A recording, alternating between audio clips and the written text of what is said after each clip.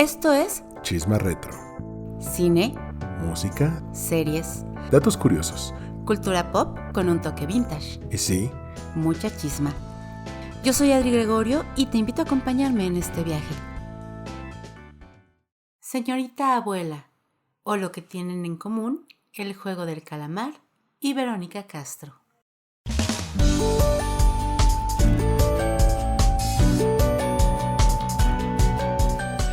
Hola, ¿qué tal? Te doy la bienvenida a un nuevo Chisma Retro.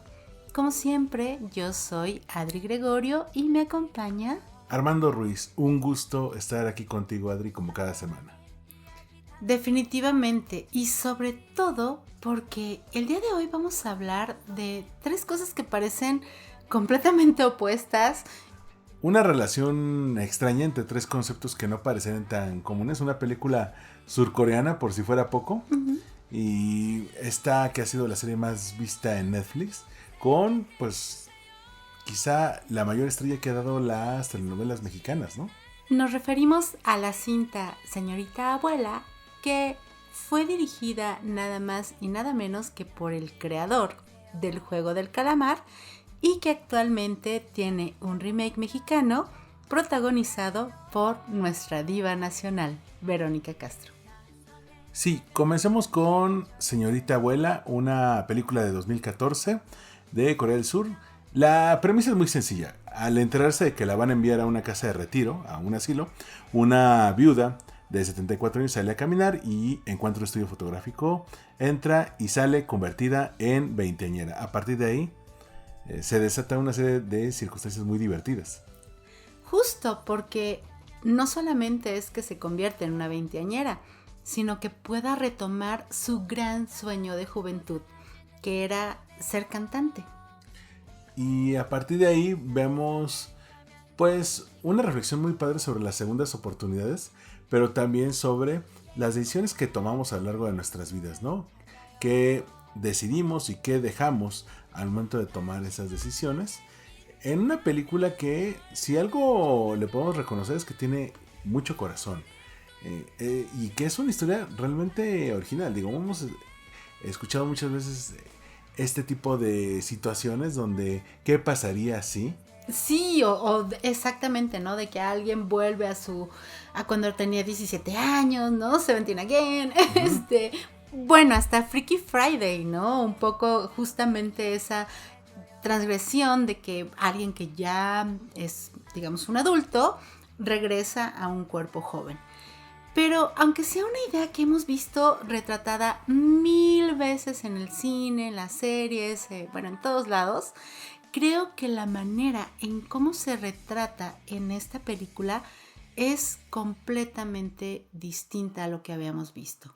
Particularmente porque hace un retrato mucho más fiel de lo que implica el ser un adulto mayor. Creo que justo por toda esta carga que puede llegar a tener en Corea el respeto a los mayores, hay una verdadera reverencia en torno a lo que significa el ser un anciano, ¿no? De hecho, hay una marcada diferencia en cómo tratan a este personaje, aunque a veces puede llegar a tener límites casi de ser odioso.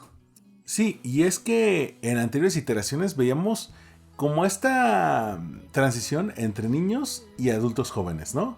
O adultos de cierta edad.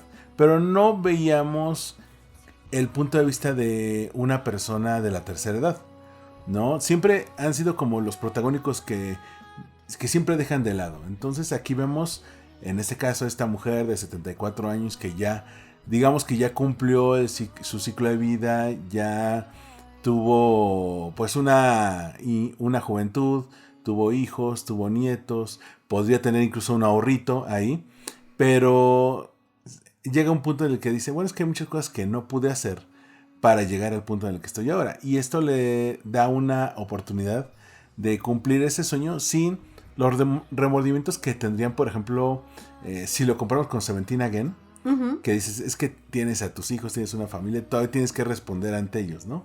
En cambio, pues ella dice, bueno, es que tengo a mis hijos, mis nietos, ya tienen una vida hecha, ¿por qué no puedo pensar en mí en algún momento? Y ahí es donde la premisa se pone divertida. Además, insisto, la manera en cómo realmente el personaje joven actúa como si tuviera 74 años. O sea, sí, el cuerpo es diferente, el cuerpo es de una veinteañera, pero las actitudes, la forma de hablar, las reacciones, los gestos, todo te remite de verdad a alguien mucho mayor. Y ese es un gran reto, obviamente, para quienes interpretan los papeles de joven, ¿no? En este caso, tenemos como protagónica a Na Moon-hee, que su personaje se llama Oh Mal-sun, y su versión joven es interpretada por Shim Eun-kyung, también conocida como Oh Dory, que luego vemos es un homenaje a Audrey Hepburn. Sí, porque resulta que en el estudio fotográfico justamente ve una imagen de esta icónica actriz y es como parte de su inspiración. Entonces, bueno, es maravilloso porque incluso el personaje, lejos de ceder como a las convenciones, sabes, como del estilo actual, normalmente los personajes que tienen este cambio de cuerpo, ¿no? Aunque tengan otra edad, se adaptan a la época. En este caso no. En este caso, ¿por qué señorita abuela? Bueno, porque realmente conserva el look de aquellos tiempos, ¿no? De muy vintage, con un look justamente muy a lo Audrey Hepburn, insisto, con una forma de hablar, de dirigirse, pues que definitivamente no está nada de acuerdo con los cánones de los jóvenes de esta época. Y hasta se hace un street makeover con el corte de Audrey Hepburn en Roman Holiday. Entonces, justamente nos remite a esta escena de Roman Holiday donde la princesa cambia de peinado y se deshace de ese pelo largo para hacerlo. En el caso de ella era tenía, como mencionabas, toda esta forma de caminar, de vestirse, los ademanes. Entonces, a través de este cambio de look, hace que no la puedan reconocer, pero a la vez es una forma de en que ella deja su vieja personalidad para irse adaptando. Aunque es un camino largo que va a tener que recorrer. El punto más importante y creo que la parte más mágica quizá de la película es justamente este momento en el que conecta de alguna forma con su nieto a través de la música y cómo ella logra el éxito que siempre soñó y la realización de ese sueño que siempre soñó a través de las canciones. Sin hacerles spoilers, porque definitivamente queremos que la vean porque es una gran cinta. En Señorita Abuela se retoman pues canciones de alguna manera muy arraigadas dentro de la cultura surcoreana, tradicionales, con arreglos distintos, un poquito más modernos, diferentes, que de verdad no tienen comparación, son una belleza. Y en general lo que hacen es no solamente ser accesorios ¿sabes? De la historia, sino que realmente forman parte del storytelling.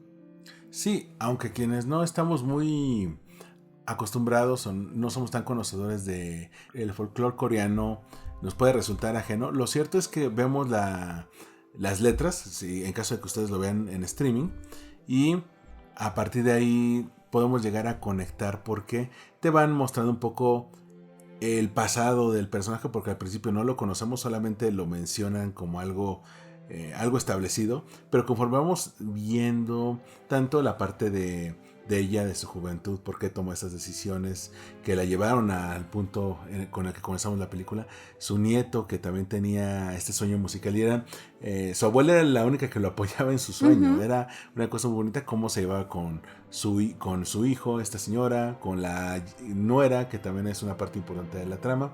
Es una película con mucho corazón, y cuando la vimos aquella vez en streaming, la verdad no sabíamos qué esperar y fue una gran experiencia. Así es una película que es larga, dura un poquito más de 2 horas, pero no la sientes, no se siente densa, no se siente pesada. Al contrario, es una cinta que de verdad te va llevando de emoción en emoción, que en muchos momentos puedes llegar a sentirte identificado, aunque, vamos, podríamos pensar es una cultura completamente diferente a la latina, pero los sentimientos son universales. Ujú. Hay varios puntos en los que es completamente conmovedora y creo que eso es lo que la hace totalmente mágica.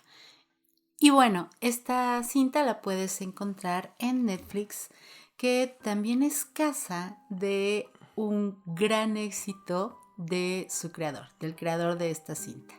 Nada más y nada menos que Hwang Dong-hyuk. Y estamos hablando, por supuesto, de El Juego del Calamar.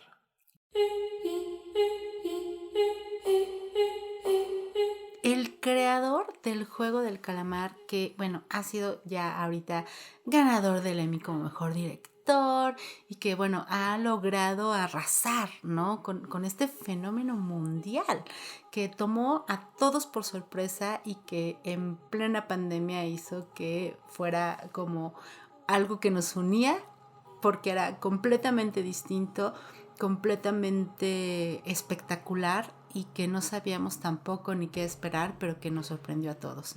Creo que algo que hace justamente este director es que tanto en Señorita Abuela como en El Juego del Calamar nos sorprende por la forma tan fresca en cómo nos presenta algo. Sí, muy fresco, de temas que uno parecería que ya los tiene muy bien abordados, ¿no?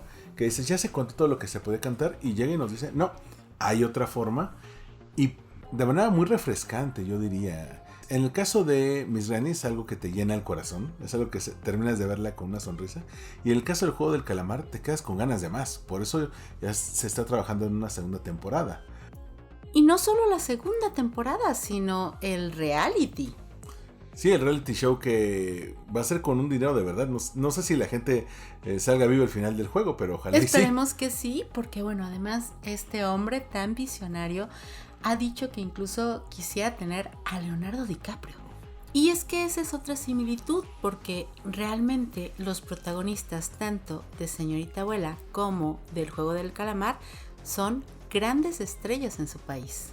Sí, en el caso de Señorita Abuela es Shimin Jung, disculpen mal la pronunciación, es una actriz surcoreana que saltó a la fama con su primer gran éxito en 2011, Sony, y siguió en 2014 Miss Granny. Pero ahora que estábamos investigando, pues me contabas que ella pues ha tenido una gran trayectoria, pero también es cantante.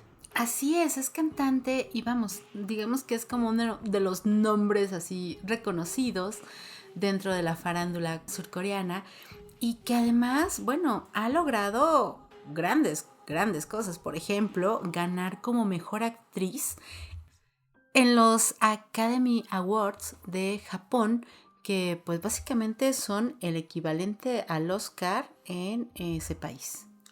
Y en el caso de El Juego del Calamar, digo, ya todo el mundo lo ubica al menos de cara a Lee Jong-jae, que es, bueno, un actor ya consolidadísimo, con una trayectoria que empezó como modelo en los 90. Sí, ¿qué tal? Cuando estábamos investigando justamente para el episodio, nos sorprendió bastante ver que, bueno, empezó su carrera literal como modelo, ¿no? Y muy guapo además, ¿eh? La verdad es que sí se veía bastante bien. Y que, bueno, el hombre ha arrasado en la temporada de premios. O sea, desde obviamente el Emmy Award, el Screen Actors Guild Award, el Critics' Choice Television Award. Ha tenido nominaciones al Golden Globe, a los Gotham Awards. O sea, la verdad es que, o sea, ha arrasado. Y ha hecho historia porque obviamente muchos de estos premios siempre habían sido pues exclusivos, ¿no?, de angloparlantes, y que de pronto él, siendo surcoreano, logre estos grandes premios, la verdad es que sí es algo muy importante. Y es que se convierte esta serie en un referente. De entrada es la serie más vista en la plataforma más vista, entonces es la serie más vista en streaming. En las primeras 4 semanas alcanzó a 111 millones de espectadores En aquel entonces Netflix tenía una base de usuarios de 208 millones. Entonces sí se habla de una cantidad importante de personas que lo llegaron a ver. Y si lo comparas con las series que estuvieron contendiendo con el Emmy, el Globo de Oro, pues evidentemente el público tenía a un gran favorito, a Squid Game, porque es quizá de todas las series la que más gente había visto. Y además lo maravilloso es que también si lo contrastas justamente con los números de Señorita Abuela, vemos pues un patrón, porque déjame decirte que la cinta se estrenó el 22 de enero de 2014. En ese estreno obtuvo 850,000 espectadores solo en su primer día, lo que hizo colocarse en el segundo lugar solo detrás de Frozen. O sea, pensemos, Frozen, Let It Go. O sea, fue solo el segundo lugar en aquel momento en la taquilla. Ya para su segunda semana tuvo tan buenas reseñas y tan buena, digamos que esta recomendación de boca a boca, ya sabes, de tienes que ver esta película, está muy buena, que sus números aumentaron, sus entradas aumentaron en un 106%. O sea, la película se convirtió en la verdadera sorpresa. O sea, incluso, logró acumular 1.76 millones de espectadores durante el fin de semana del año nuevo lunar, que por supuesto que pues en Corea es una festividad importantísima. Entonces, el punto es que superó los 7 millones de admisiones para el 17 de febrero, tan solo a 27 días después de su lanzamiento, teniendo una recaudación bruta de 51.1 millones. Y hasta la fecha ha sido una locura, ¿no? Está en el número 13 de la lista de la taquilla coreana de las mejores de todos los tiempos. Y además en totalidad recaudó 59.6 millones de dólares a nivel internacional. O sea, no es poco. Y esto ha generado varios remakes.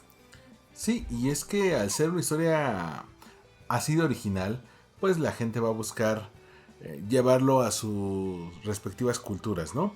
De entrada, hubo un remake chino en 2015 llamado 20 Once Again, es decir, otra vez 20, dirigido por Leslie Chen. También en 2015 hubo un remake vietnamita llamado Sweet 20, de Dulces 20. En Japón también hubo una llamada Ayashi Kanoyo o Suspicious Girl, que por cierto Suspicious Girl es el título original en Corea. Sí. Ajá. Ese fue en 2016. También ese mismo año, en 2016, se anunciaron 2 remakes para Norteamérica, que ya hablaremos más adelante de ellos, porque uno todavía no se estrena, el de Estados Unidos, y el otro se estrenó en 2022, que es el mexicano, ya lo hablaremos más adelante. Hay un remake tailandés que se llama Suddenly 20, es decir, de repente 20, que se lanzó el 24 de noviembre del 2016. En Indonesia hubo uno en 2017 que se llama Sweet 20, también, Dulces 20. En Filipinas hubo otra adaptación, también titulado Miss Granny, en 2018. Y hay un remake de la India en idioma telugu, que se llama Oh Baby, de 2019. Mientras que van a hacer un segundo remake en la India, pero de Bollywood. Pero tipo Bollywood, que ahí nos esperamos algo espectacular, porque de por sí la música es súper importante dentro de la trama. Entonces, imagínate ahora con los bailes al estilo Bollywood. Pero esto se convirtió principalmente en Asia, en un fenómeno. También se está preparando un remake alemán. Está en etapa temprana. También ya dio el salto a la televisión mediante un drama chino y se está preparando su versión en un dorama coreano que está en las primeras etapas de producción.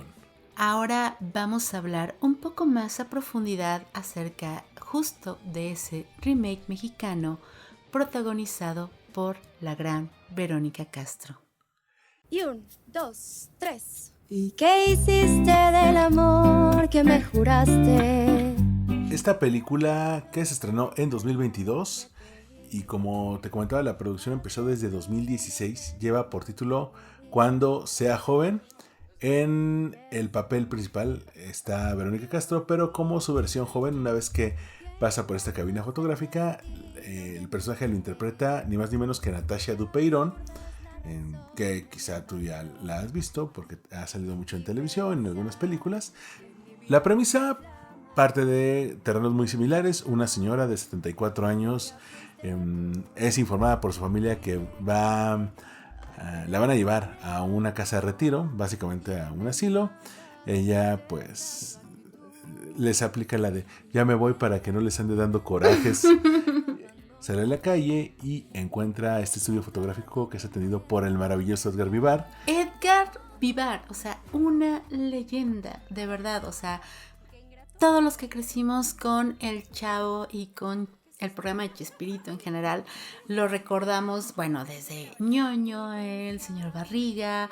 Era de verdad algo maravilloso, un recuerdo muy profundo de nuestra niñez y que obviamente ha tenido una carrera impresionante y que es un actorazo.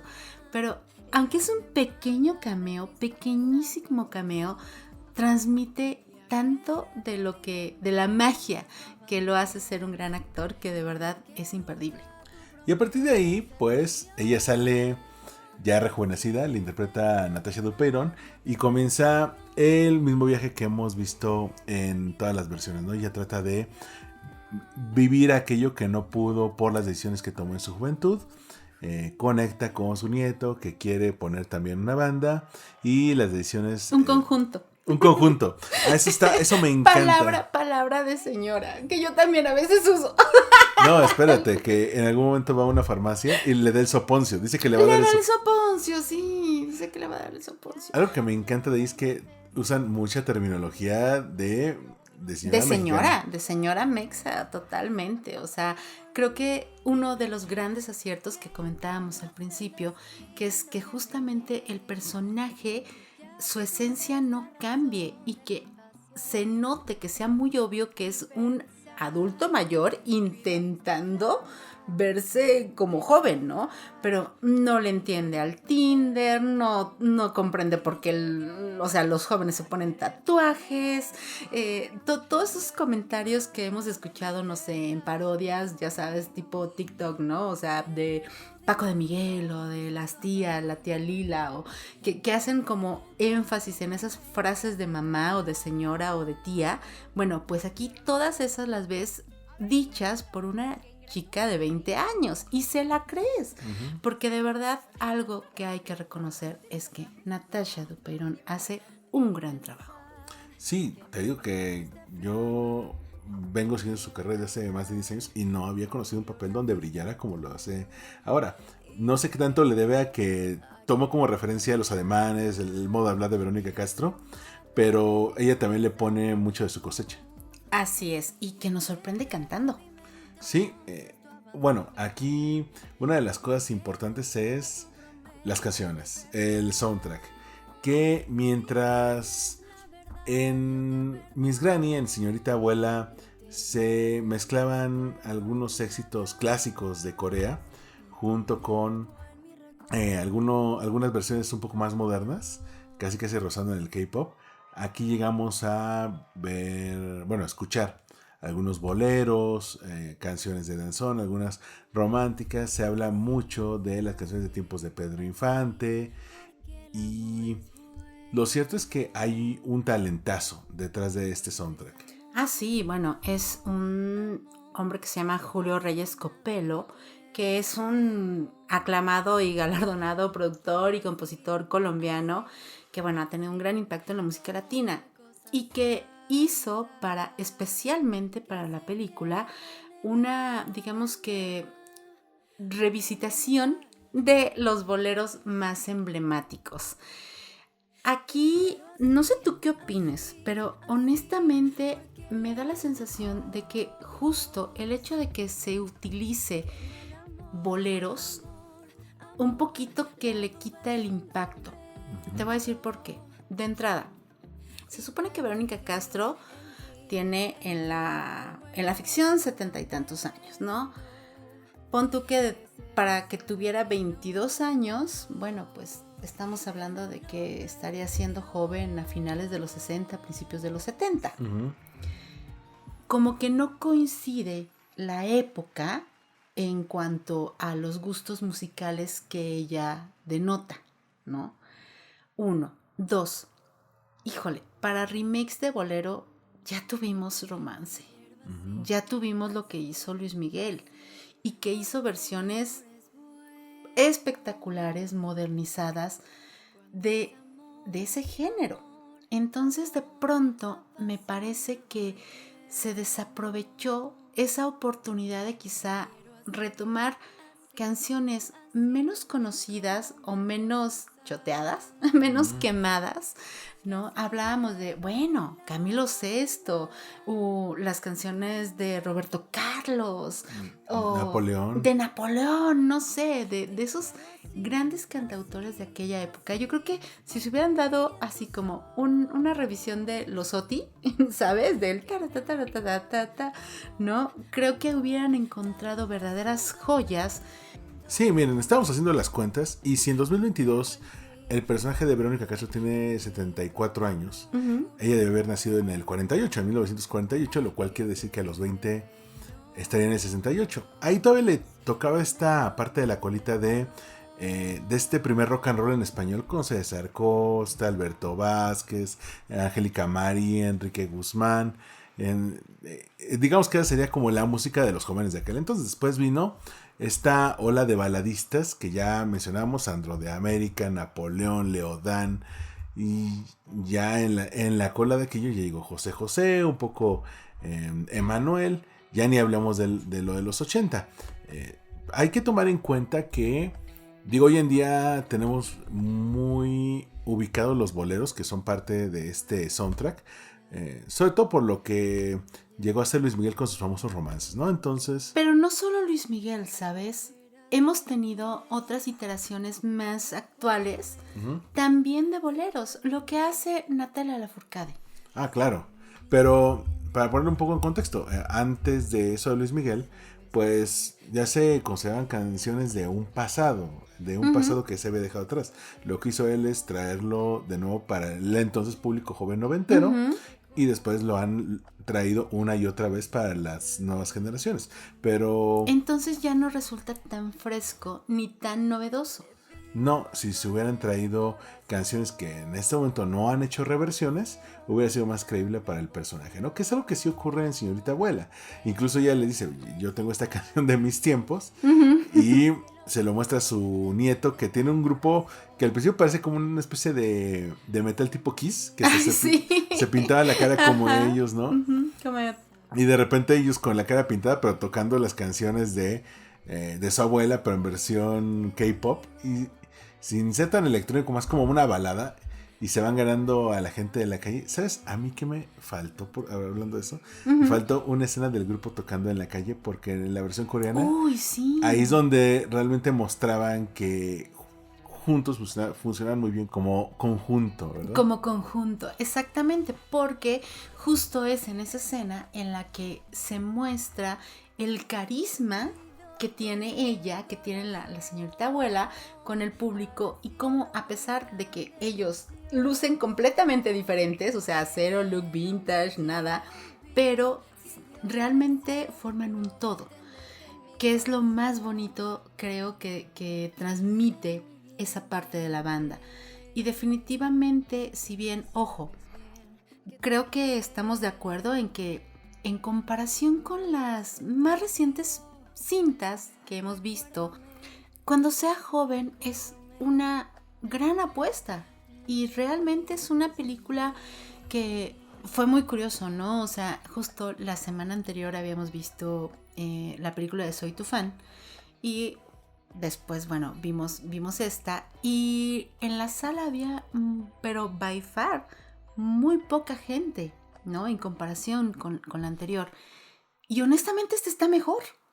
Ya sea por el material de origen, que es fresco, que es divertido, también obviamente por muchos factores que hicieron que la hicieron interesante, como el retomar a una diva como lo es Verónica Castro, a todos los actores de apoyo, como ya mencionamos, un Edgar Vivar, un Manuel el Flaco Ibáñez que está maravilloso, que está increíble. Que él puede ser el verdadero corazón de la película, porque es quizá el único personaje que interactuó con todos los demás personajes. Así es, y que además, a diferencia del original, creo que en esta versión mexicana es un personaje mucho más cercano, lo sientes como más cerca de ti, como que te identificas de alguna manera, lo entiendes. Es que se parece como a ese señor que quizá todos lo llegamos a ver que o atendía la tienda, claro, o el bar, o el café del barrio, que ese que es más grande que la vida, que nos acompaña desde que somos niños, y creo que ese papel lo tiene muy bien asimilado el Flaco Ibáñez.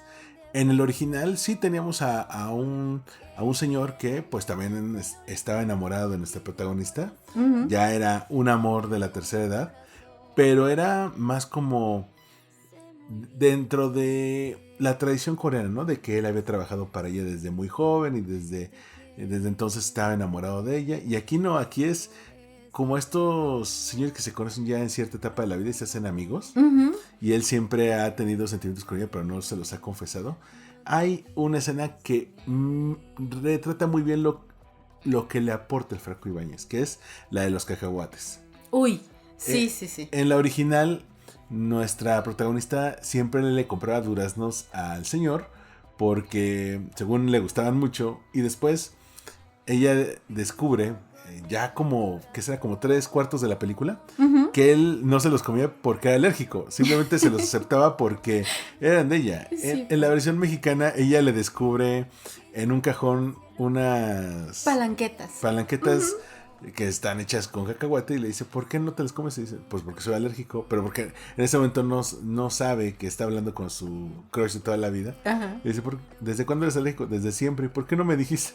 Pues porque me lo regaló alguien muy especial. Y te lo dice de una manera tan tierna que te la crees completamente. Es parte, yo creo que de verdad, bueno, tú sabes que en algún momento de mi vida yo trabajé dentro de Televisa y tuve la oportunidad de verlo, de estar cercana a producciones en las que él estaba trabajando, y de verdad es que es magia, o sea, ese hombre es magia pura, es un actorazo, es divertido.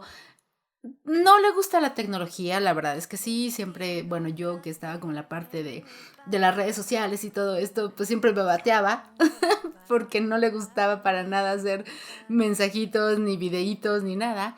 Pero la verdad es que mis respetos, un hombre que es una institución que ha pasado por todas las etapas del cine mexicano, y que el hecho de que esté presente en esta cinta me parece sumamente relevante.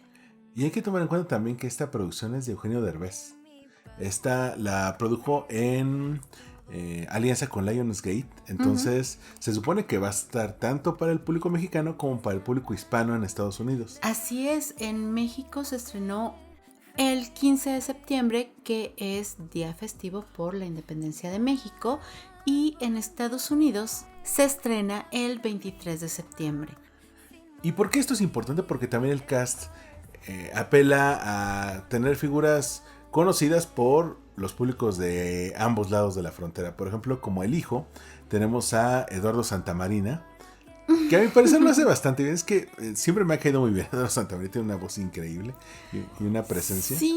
Sí, o sea, te concedo que hace un buen papel, pero me parece que difiere mucho de la esencia del papel original en Señorita Abuela. ¿Por qué? Porque en Señorita Abuela el hijo de verdad tiene una verdadera devoción por su mamá. De entrada, él es una especie de especialista en personas de la tercera edad e incluso se dedica a hacer estudios, ¿no? Muy serios en torno a lo que sucede en esa etapa de la vida. Incluso en la película original arranca justamente con una ponencia en la que él expone, ¿no?, acerca de este punto en la vida. Y creo que al quitar esa parte, un poco que también le restan un poco de impacto. Sí, como que la verdad es que de Santamarina solamente sabemos que es doctor, pero no sabemos más. Que es especialista en qué hospital. Como que no me lo desarrollan tanto.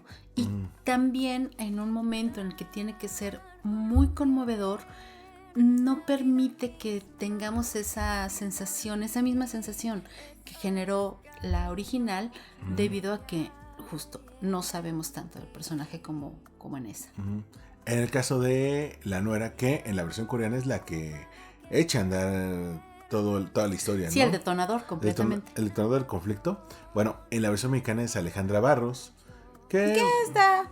está bien, así que digo, hizo lo que pudo con lo que le dieron de personaje. Sí, que creo que no sé si te pase a ti, me parece que a ella la modernizaron, actualizaron completamente su personaje, porque sí, aquí seamos muy claros, a pesar de que esté hecha en 2014, la original de pronto tiene unos clichés. Sí, es.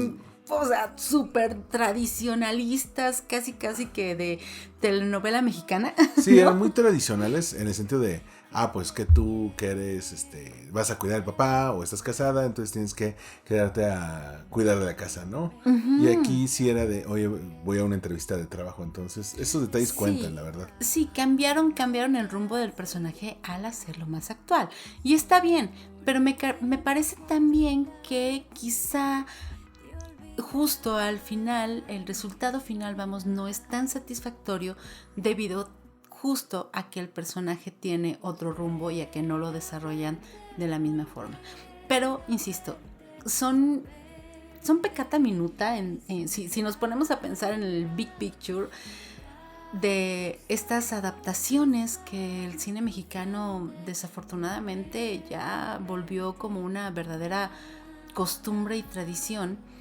Hemos hecho versiones de cuánto éxito ha existido, o sea, particularmente obvio de Latinoamérica, ¿no? Versiones de Argentina, de Chile, particularmente rom-coms, ¿no? Lo platicábamos también hace unos días, que desafortunadamente hubo un punto en la historia del cine mexicano en el que todo era un drama. En México no se hacían películas de comedia más que de comedia picaresca, que eran básicamente herencia de las ficheras. No se hacían películas de terror, no se hacían películas románticas. Pasamos por un periodo muy oscuro y lo que se llamó el nuevo cine mexicano, que junto con la mano de los ahora famosos tres amigos, ¿no? Cuarón, Del Toro e Iñárritu, se acercó a otras formas de hacer cine, ¿no? Estamos hablando de cintas como Cronos en el terreno del terror, como Solo con tu pareja, en la cuestión justamente un poco del rom-com, y que se alejaban de esta herencia, pues, platicábamos, pues, ripsteniana, de este cine de arte, drama, oscuro, y que ahora nos hemos ido justo al extremo opuesto, que son estas revisitaciones de comedias románticas que la verdad es que resultan ya casi irrelevantes, ¿no? Que todas tienen la misma manufactura, que casi que tienen a los mismos personajes, a los mismos actores, y que resultan pues una más decepcionante que la otra. Dentro de ese panorama, me parece que la propuesta de Cuando sea joven es bastante refrescante. Y es que también a la par que ocurría este enfoque en los dramas en los 90, en Estados Unidos era la época dorada de las rom-coms. Entonces, por eso hace unos años se esforzaron en hacer un remake de La boda de mi mejor amigo, un remake de Como si fuera la primera vez, que fueron muy buenas, pero en los 90. Y que las versiones no estaban, mexicanas fueron pésimas. No estaban a la altura. Esas películas surgieron en otro contexto, en otra cultura. Y quizá la similitud de las culturas coreana y la mexicana en algunas cosas, por ejemplo, en lo familiar, en lo musical, en la manera en que se expresa el público más joven, hizo que conectara una historia como Señorita Abuela en este contexto. Y bueno, creo que coincidimos que el mayor asset de la película definitivamente es Verónica Castro. Sí, la leyenda de las telenovelas mexicanas, quizá la primera actriz de telenovelas mexicanas, no sé si en general, que tuvo un auténtico impacto internacional. Cuando decían que las telenovelas de Verónica Castro se veían en la Unión Soviética. O sea, los ricos también lloran. Es esta anécdota típica que cuentan, ¿no? De que, bueno, casi que se estaban congelando las tuberías porque nadie usaba, bueno, ni el baño en aquel momento de que estaba el final de la telenovela. Realmente Verónica Castro fue nuestra, creo que, primera gran exportación en cuanto a telenovelas, en cuanto a la cuestión de la pantalla chica, de forma internacional. Y que me parece que a veces menospreciamos mucho toda la aportación que ha tenido alguien como ella en la imagen que se tiene de México en el mundo.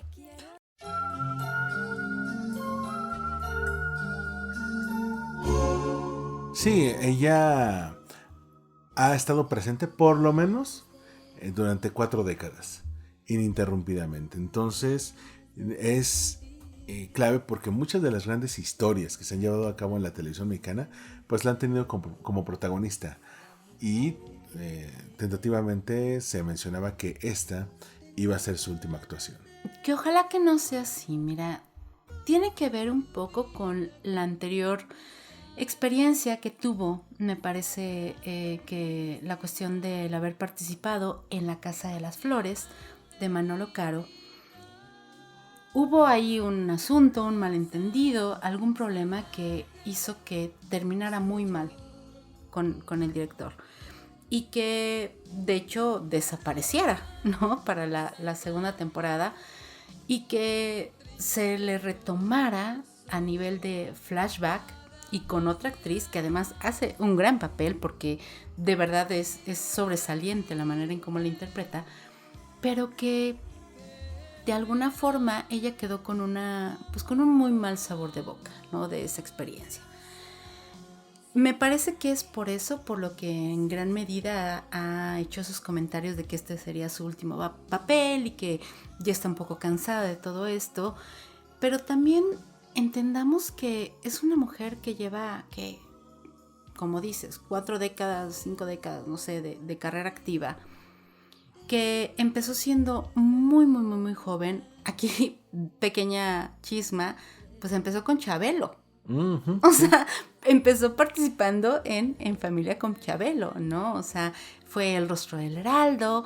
De hecho, justamente en esa premiación del Heraldo conoció a María Félix y desde entonces tuvieron pues una relación, de hecho, mucho tiempo después, ya cuando ella era una figura consolidada de los late night shows mexicanos, tuvo una icónica entrevista con la Doña, en la cual, bueno, hablaron de 1000 cosas y hablaron de la belleza, de la bonitud.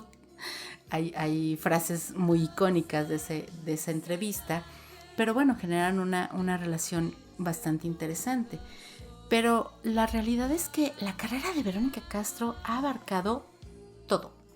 O sea, podemos decir que sí, tal vez no es la mejor actriz, no es la mejor cantante, no es la mejor presentadora, pero todo lo hace bien. Uh-huh. Digamos que ha sabido tocar todos los aspectos del mundo artístico, ¿no? Cine, series, televisión, telenovelas, conducción, lo que tú quieras. Ha cantado, tiene Macumba, por ejemplo, es mi favorita. Nuestra favorita. Sí. Y la verdad es que verla en esta historia me pareció algo refrescante. Me dio mucho gusto verla en todas las participaciones que tuvo. Es adorable y creo que eso también puede hacer que, de por sí, la historia es bastante buena. Si eres una persona joven te va a gustar. Si eres una persona que quiere llevar a sus papás, a los tíos, al abuelo, también lo puede llevar y los une a todos, que todos conocieron de una u otra forma a Verónica Castro.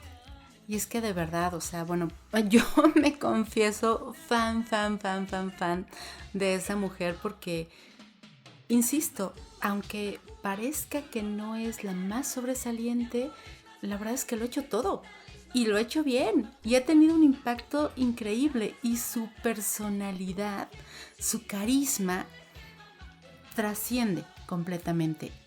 Decía, por ejemplo, una Angélica Vale en su momento, ¿no? Que la imitaba en el programa de la parodia, que era muy sencillo, de alguna forma, hacer una caricatura de ella, pero que era muy difícil entender su esencia y transmitirla, porque todos podemos reírnos así de, ¿no? Como ella, pero la verdad es que entender el carisma que tiene esa mujer, que estamos hablando de una persona que hizo Rosa Salvaje, una telenovela que se acercaba mucho a las clases menos privilegiadas, pero que también era la que cantaba mala noche, no, y que hizo un programa icónico con Juan Gabriel de 8 horas y que digamos que era una rebelde dentro de la empresa, porque digo, sí, era la consentida, pero vamos, o sea, a ella le daban carta blanca para poder hacer lo que quisiera con esos programas particularmente nocturnos que fueron hitos dentro de la televisión mexicana. Creo que esa parte de encontrar el punto de qué es lo que hace especial a Verónica Castro fue lo que logró Natasha Dupeirón, porque actuar como ella no es una cuestión sencilla, y Natasha logró traducir esa sencillez, esa simpatía natural que Verónica Castro tiene y que nos ha hecho que nos enamoremos de ella desde siempre. Y es muy difícil de copiar, creo que lo logró bastante bien. La película es buena, no es perfecta. Por supuesto salimos del cine ya teniendo la referencia de Señorita Abuela, porque sí, no podemos no compararlo. Por ejemplo, una de las cosas que dijimos, bueno, esto ya no depende de Verónica Castro porque no salen esas escenas, pero ya es más de producciones, lo de los conciertos. Uh-huh. La parte de los conciertos, porque en la original nos van construyendo que se convierten de un grupo que toca en la calle a un grupo que podía llenar estadios, uh-huh, si jugaba muy bien sus cartas, ¿no? Sí. Y aquí como algo que se me quedó grabadísimo que me dijiste cuando salíamos del cine es que lo hacen como más chiquito. Todo me lo hicieron más contenido. Uh-huh. Todo. Creo que desde la relación de ella con su hijo, la relación de ella con su nuera, incluso con el nieto, hay algunos puntos que rebajan, ¿no? Un poquito. Creo que en general hicieron de esto algo un poquito más íntimo, más pequeño. Ojo, esta película se hizo previo a la pandemia, uh-huh, pero quizá por cuestiones de, pues no sé, de presupuesto, o tal vez porque así lo decidieron, porque así lo pensaron que era mejor para la historia, sí como que de alguna manera toda esa gran escala que nos estaban mostrando en la película original, lo hicieron así como petit, todo era más pequeño, todo era más contenido. El impacto que veíamos de la Señorita Abuela era a nivel nacional y era como la gran idol, ¿no? Se puede decir. Y de pronto en la versión mexicana, pues todo queda como en un fandom pequeñito. Aunque yo creo que algo de sus puntos buenos es el lado humano, uh-huh, de la interacción de los personajes, si bien en comparación con la original es menos tiempo en pantalla porque uh-huh, no lo hacen igual de duración. Hay algunos personajes como el del productor. ¡Ay, sí, claro! Que lo interpreta mi Pierre Louis, uh-huh, que lo hemos visto en Control Z, en algunas telenovelas, uh-huh, como Enamorándome de Ramón. Y no podemos dejar a Maribel Fernández la Pelangocha, que tiene una actuación especial ahí. ¡Uy! También otro de los grandes íconos del cine y la televisión mexicana, que bueno, la verdad es que es una delicia verla, aunque su papel también me lo hicieron más pequeño. Porque si te acuerdas, en la original, ella era, pues, digamos que más relevante, ¿no? O sea, como que tenía más tiempito en pantalla. Y aquí básicamente es un cameo. Sí, en la original te desarrollan una rivalidad entre nuestra protagonista tremenda y ella. Por el amor de nuestro Señor. Bueno, que aquí se ve cómo le tira la onda a mi Flaco Ibáñez. Pero muy leve. Sí, pero ese pedacito del que sale, sí sirve para que los tres, Verónica Castro, el Flaco Ibáñez y Maribel Fernández puedan brillar, le echan toda la carne al asador. Así es. Y con todos estos elementos, pues solo podemos decirte que la historia de origen es espectacular. Como te hemos platicado, viniendo de la mente de el creador de El Juego del Calamar, es una historia que te va a sorprender, que definitivamente te va a aportar algo, que vas a salir del cine sintiendo algo, ya de ti depende qué es lo que pase, pero que su versión mexicana merece que le des una oportunidad. No es una película perfecta, como lo comentábamos, tiene ahí sus detalles, pero en relación con lo que se hace actualmente, sí, por lo menos yo puedo decirte, creo que es un poquito mejor, un poco mejor que todo lo que vemos normalmente en la pantalla. Una buena recomendación para su fin de semana, como te comentamos hace rato, la original Miss Granny la puedes encontrar en Netflix, ahí está como parte del catálogo, mientras que el remake mexicano lo puedes encontrar en cines. No sabemos si en un futuro lo lleven a una plataforma de streaming, pero si tienes la oportunidad, adelante.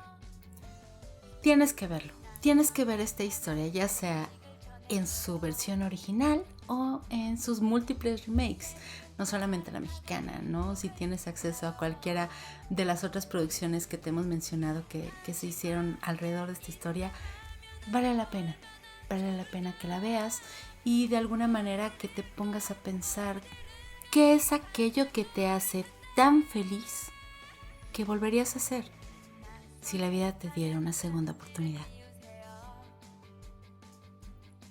Muchas gracias por acompañarnos en este nuevo episodio de Chisma Retro. Yo soy Adri Gregorio, me encuentras en todas las redes sociales como @Adri_Gregorio. Y yo soy Armando Ruiz y me puedes encontrar en todas las redes como Armando_MKT. A Chisma Retro lo encuentras en todas las plataformas de audio disponible y también en YouTube.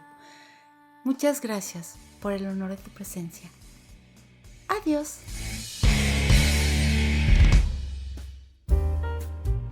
Mi podcast pertenece a la red de podcast de Generación FM. Te invito a escuchar este podcast todos los jueves a las 12 horas, hora Cancún, en www.generacionfm.com. También estamos en TuneIn. Búscanos como Generación FM y dale like al corazón. Únete a las redes sociales de Generación FM. Nos encuentras en Facebook, Instagram, Twitter y YouTube como Generación FM. Coméntanos qué te parece nuestro contenido.